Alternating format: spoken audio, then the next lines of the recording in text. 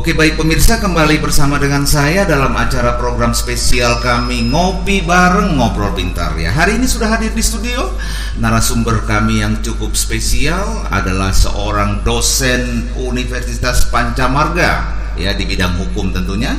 Juga kesehariannya juga menjadi saksi ahli. Gitu Pak ya? Siap ya. Oke.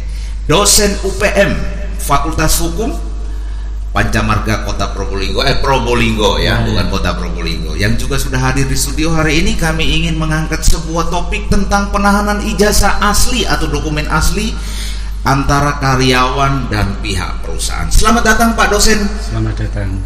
Terima kasih. Ini kayaknya masih jam harus ada di depan mahasiswa kayaknya ini. Iya. Gitu ya. Wah, ini sama efektif ini. Gitu ya, nggak apa-apa. Butuh waktu tapi cuma demi kepentingan rakyat kita ya. Oke, baik. Terima kasih Pak dosen. Ini lagi marak diperbincangkan dan akhirnya juga dibawa ke gedung DPRD Kota Probolinggo terkait penahanan ijazah asli karyawan oleh pihak perusahaan. Akhirnya juga dibahas dalam rapat dengar pendapat. Kira-kira menurut Pak dosen berpendapat sebagai pendapat ahli ya, seperti apa ini Pak tanggapannya Pak? Kalau saya melihatnya cukup sederhana. Mungkin Permenkyu atau Menteri Tenaga Kerja itu mengacu pada 1338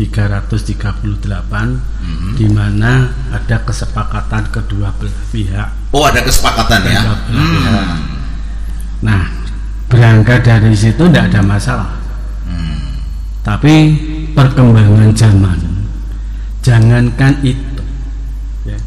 Seorang dosen, kalau sekiranya di sana ada yang lebih enak, lebih menjamin, pindah boleh kok. Boleh.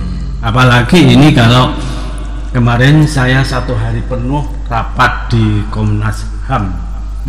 Makanya Komnas HAM Hukum dan Hak Asasi Manusia di Jawa Timur. Di Jawa Timur Kanwil. Oh, ada ya kantor. Yang dipimpin oleh Ibu Azizah. Jadi penahanan ijazah menurut saya itu di dalam pasal berapa saya nyatakan pasal 38 ya, 9 pasal 9 dan 38 Undang-Undang 39 tahun 99 tentang hak asasi manusia. Ya. Kalau tadi itu saya katakan perusahaan itu mengacunya pada hukum perdata. Perdata itu BW, bergelek Westbook. Bergelek Westbook itu siapa? Itu produk Belanda. Ini yang akan disesuaikan. Perlu saya jelaskan Pak terhadap sampean, hukum tata negara, hukum pidana, hukum perdata itu tidak ada, yang ada itu sekarang hukum. Hukum tergantung skripsinya apa. Oh, dia skripsinya pidana ya sudah ikut hanya skripsi. Tapi bidang-bidang lain itu sama saja menurut kacamata saya. Kalau dulu letterlek, oh ini perdata, ini pidana, ini enggak, tidak. Kalau sekarang hukum.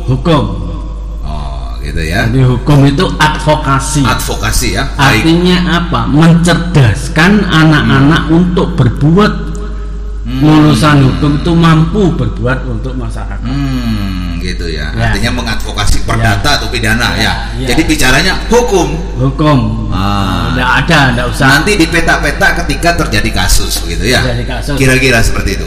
Baik Pak dosen, mengenai penahanan ijazah asli, ini kita bicara Probolinggo, meskipun juga sempat dibahas di nasional, ya. Itu kasusnya seperti apa itu Pak? Menahan ijazah asli itu? Saya contohkan di Purwokerto, ya. Di juga Semarang, Undip, di Panglima Sudirman University.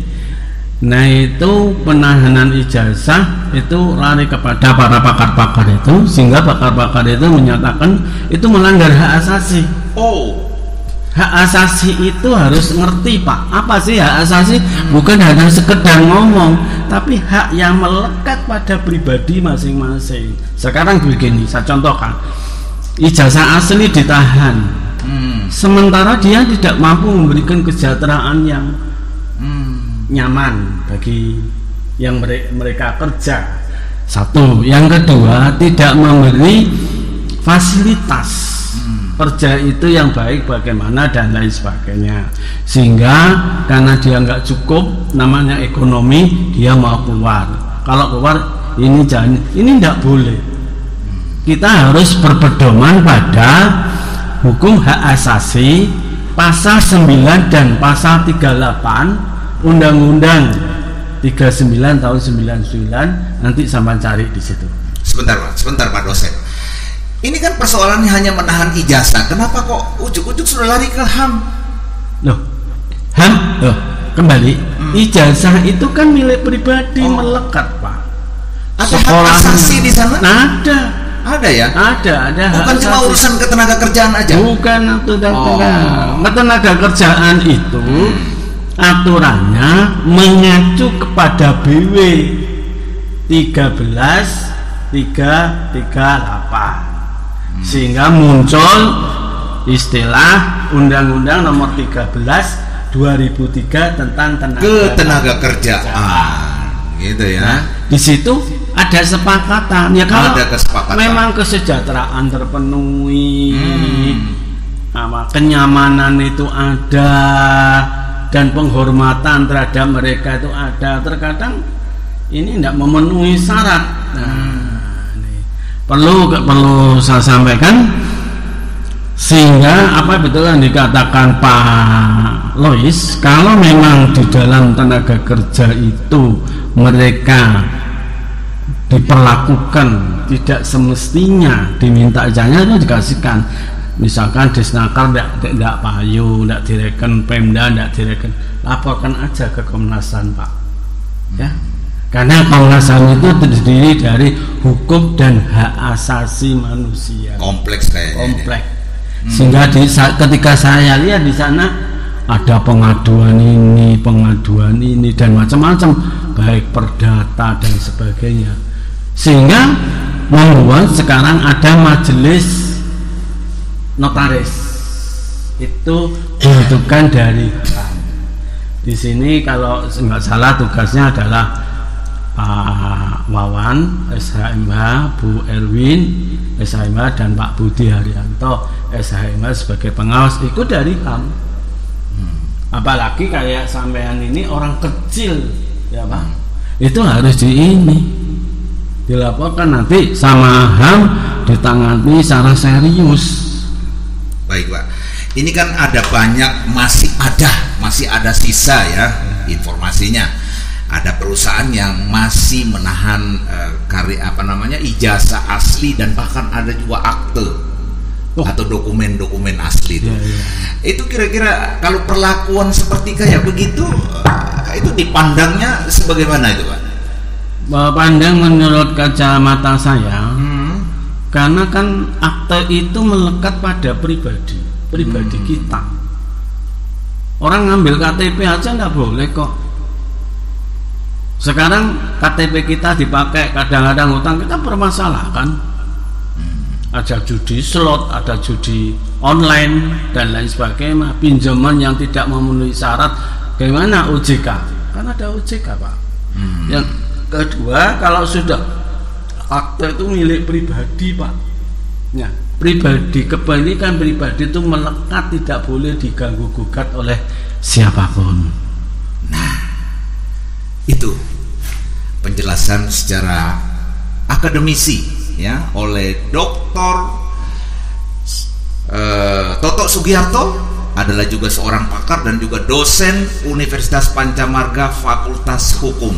Nah, ini dosen kita ini luar biasa ini. Selain kesibukannya di depan kampus untuk mengajar para mahasiswa, juga tidak bosan-bosan datang ke studio untuk mensosialisasikan ya sedikit ilmunya tentunya. Kita tidak perlu kuliah, ternyata bisa mendengar langsung ini Pak dosen bicara kayak begini. Pak dosen, menanggapi yang sedang terjadi di Probolinggo yang akhirnya ditangani oleh Komisi 3 DPRD Kota Probolinggo terkait penahanan ijazah asli. Harapannya Pak dosen sendiri secara pribadi untuk Kota Probolinggo seperti apa ke depannya? Harapan saya Probolinggo itu harus kondusif ya.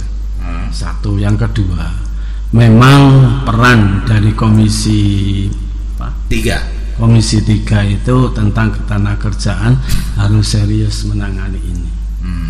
Kalau perlu mengundang pakar-pakar bagaimana jalan keluarnya, begitu ya, sehingga saya bukan berarti jangan mengundang praktisi, tidak, tetapi pakar. Jadi kemarin itu juga equality before of the law itu kan apa ya, semua di hadapan hukum sama. Benar, itu sangat mendukung sekali apa yang dilakukan oleh Komisi 3 dalam rangka untuk membantu rakyat ini, kasihan sudah menderita dan lain sebagainya, perlu ada penanganan yang serius. Terima kasih, gitu aja. Gitu ya. Ya. Nah itu saudara, itu adalah pendapat daripada dosen kita. Ternyata menahan ijazah asli juga ternyata bisa bermuara kepada pelanggaran HAM. Selain dari Undang-Undang Ketenagakerjaan tahun 2003 tadi itu ya. Nah itu luar biasa sekali. Pelanggaran HAM itu nanti bisa merembet loh Pak kalau diintegrasi. Bukan berarti diem terus dilaporkan, nanti diproses, perusahaannya dipanggil, bagaimana keputusannya, orangnya dipanggil juga. Anda berani tindakan apa yang diambil itu lengkap Pak, karena di sana itu lembaga hukum. Ini bisa-bisa izin-izinnya juga diblokir ini kayaknya. Bisa. Wah, sangat bisa. Gitu ya. Ya, sangat bisa sekali kalau itu merugikan masyarakat, merugikan apa itu pegawai rakyat kecil itu. Jangan orang itu dibodohi lah. Kita ini sebetulnya seperti pemerintahan sekarang ini terbuka Pak, nggak ada yang tidak, semua terbuka, nggak ada yang ditutup-tutupi. Saya mulai tadi ini utak-utik mau nulis. Saya sering Pak juga menulis tentang peran seorang JC ini kayaknya ya. Ini perlu dikupas juga ini oleh Pak Dokter ini sepertinya, biar Probolinggo juga bisa tahu sedikit apa artinya JC, perannya seperti apa, untung atau rugi. Ini sampai ada topik ini, dah untung bicara jujur ini kayaknya. Iya. Itu ya. Oke, baik Pak dosen, terima kasih banyak. Sama-sama, ya sama-sama. Semoga apa yang kita bincang-bincangkan hari ini bisa bermanfaat tentunya, baik kepada pelaku usaha juga kepada tenaga kerja. Ya. Dua-duanya ini Pak ya. Karena ini antara kesepakatan ini. Terjadinya bisa terjadi antara pekerja dan perusahaan ini kan terjadi karena ada kesepakatan kan Pak. Sudah diinterview, diwawancara kan begitu, sehingga jadilah menjadi seorang tenaga kerja. Artinya ada sebuah kesepakatan. Kan gitu ya. Tapi harus sesuai standarnya harus ada. Ya kan ya. Gitu ya. Oke, baik pemirsa, demikianlah bincang-bincang kami dengan dosen Universitas Pancamarga Fakultas Hukum Probolinggo yang hari ini sudah hadir ke studio, bisa memberikan sedikit wawasan kepada kita tentunya terkait tentang yang sedang ditangani oleh DPRD Kota Probolinggo, penahanan ijazah dan dokumen asli oleh perusahaan dari karyawan. Terima kasih banyak Pak dosen. Sama-sama, jangan bosan mengundang saya. Gitu ya. Kita tunggu episode yang akan datang. Ini topiknya lagi ini banyak yang ngetren ini. Lagi ngetren. Ada yang ngetren tentang jasa konstruksi. Itu beberapa pasal pidana itu dihapusin. Ini gimana rakyat akan memantau, nanti ajalah selanjutnya kita kandani. Kita mengikuti kesibukannya Bapak dosen kita ini. Demikianlah bincang-bincang kita dengan Bapak dosen kita ya, yang juga putra daerah Probolinggo. Sekiranya tayangan kita pada sore hari ini bermanfaat tentunya. Demikianlah liputan kami dari Probolinggo, Jawa Timur, CB News untuk kita semuanya.